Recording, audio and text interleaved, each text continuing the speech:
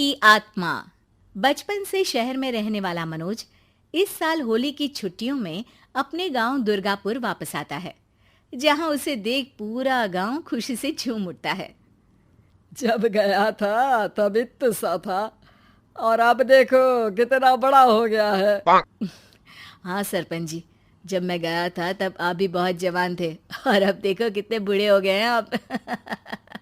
चला चलो बढ़िया है, बच्चा घर वापस आ गया। इसी खुशी में आज रात पार्टी होगी।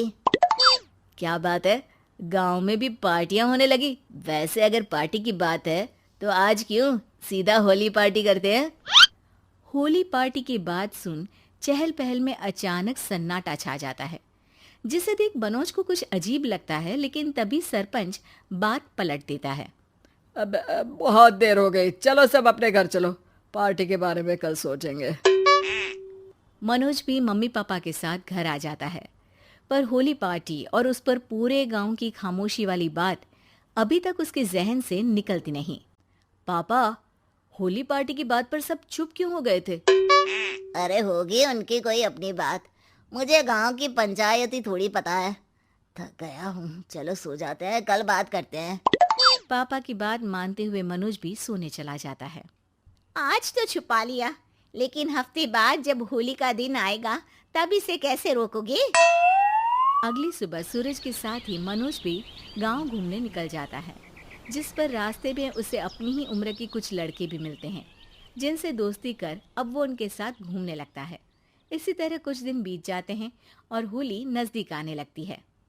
दोस्तों, होली में 4 दिन ही बचे हैं, पर गांव में उसकी कोई तैयारियां क्यों नहीं दिख रही? क्योंकि यहाँ होली नहीं मनाई जाती। अरे पर ऐसा क्यों? वो राजा भूषण। अरे तुम 4 दिन के लिए आए हो, क्या इतना सोच रहे हो? चलो कुछ खाने चलते हैं। इसी के साथ एक बार फिर होली की बात को टलते हुए देख मनोज को शक होने लगता है। वो घर पहुंचते ही इंटरनेट पर अपने गांव और राजा भूषण के बारे में जानकारी निकालने लगता है। क्या? मुझे आज तक ये नहीं पता था। ऐसा कैसे? किसी ने मुझे कुछ बताया क्यों नहीं? सारी जानकारी लेने के बाद मनोज गांव वालों या अपने मम्मी पापा से कुछ पूछे बिना खुद ही उसकी सच्चाई के बारे में छानबीन करने लगता है, जिसके चलते वो राजा भूषण की हवेली में पहुंचता है। वाह, क्या हवेली है यार! पर क्या यहाँ सच में कोई भूत है? हेलो भूत जी, कोई है क्या? हम इस साल गांव में होली सेलिब्रेट कर रहे हैं, क्या आप उस पर थोड़ा इंटरव्यू देंगे? मनोज के ऐसा बोलते ही गांव में तूफान उठ जाता है और हवेली में रखी सारी चीजें हिलने लगती है। एक अदृश्य शक्ति मनोज को धक्का देकर हवेली से बाहर निकाल दरवाजा बंद कर लेती है। ये सब देख मनोज हैरान रह जाता है। क्या अभी मुझे हवा ने धक्का देकर बाहर निकाल दिया? मेरे होते हुए इस गांव में कभी होली नहीं मन सकती, इसलिए दोबारा ऐसी कोशिश भी मत करना, अंजाम बुरा होगा। आवाज सुन मनोज हैरानी से इधर उधर देखने लगता है, पर उसे कोई दिखाई नहीं देता। वो गांव वापस आ जाता है, जहां तूफान की वजह से सब कुछ तहस महस हो चुका होता है। आखिर ये तूफान आया कैसे? ना ऐसा कोई मौसम था और ना ही हमने होली का त्योहार मनाने की बात की थी। सरपंच की बात पर कोई रिएक्शन दिए बिना मनोज चुपचाप अपने घर चला जाता है। इस तरह देखते ही देखते होली का दिन भी आ जाता है और मनोज रंग लेकर गांव में निकल जाता है, लेकिन गांव पूरी तरह खाली होता है। अरे त्योहार का दिन है, धूमधाम की जगह मातम क्यों मनाया हुआ है? मनोज की आवाज सुन सब अपने घर की खिड़कियां खोल के घर के अंदर से ही उसे वापस जाने के लिए कहने लगते हैं, पर वो किसी की नहीं सुनता।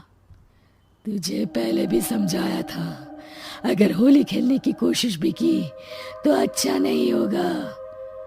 अरे बात मान लो बेटा, तुम्हें सच नहीं पता। मुझे सब पता है। सालों पहले इस राजा ने एक अंधविश्वास फैलाया और आप लोग आज तक उसे मानते आ रहे हो।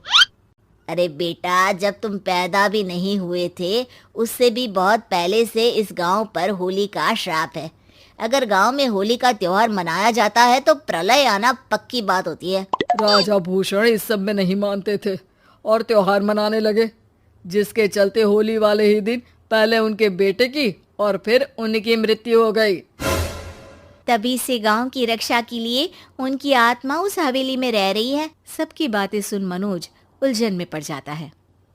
सोचना भी मत मनोज, अगर तुमने इस परंपरा को तोड़ने की कोशिश भी की तो उसका परिणाम इस गांव और गांव के लोगों के लिए अच्छा नहीं होगा। मुझे भी यकीन नहीं हो रहा कि आप लोग एक बेतुकी बात को मानकर सालों से रंगों के त्योहार को मातम की तरह मनाते आ रहे हो। मनोज किसी की कोई बात ना मानते हुए पूरे गांव में रंग बिखेर देता है, जिसके तुरंत बाद वहां तूफान के साथ बिजलियां गरजने लगती है। अचानक मौसम में ऐसा बदलाव देख जहां मनोज कंफ्यूजन में आ जाता है, वहीं गांव वाले डर से सहम जाते हैं।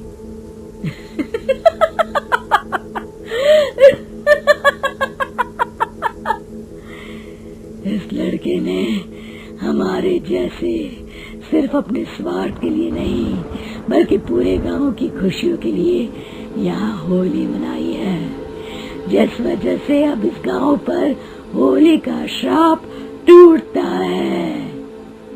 ऐसा बोलकर राजा का भूत वहां से गायब हो जाता है, जिसके बाद गांव के लोग धूमधाम से होली मनाते हैं। खुशियों के रंग गांव में बिखरे ही होते हैं कि अगली सुबह अचानक मनोज कहीं गायब हो जाता है और एक बार फिर गांव में होली का नया राज शुरू हो जाता है।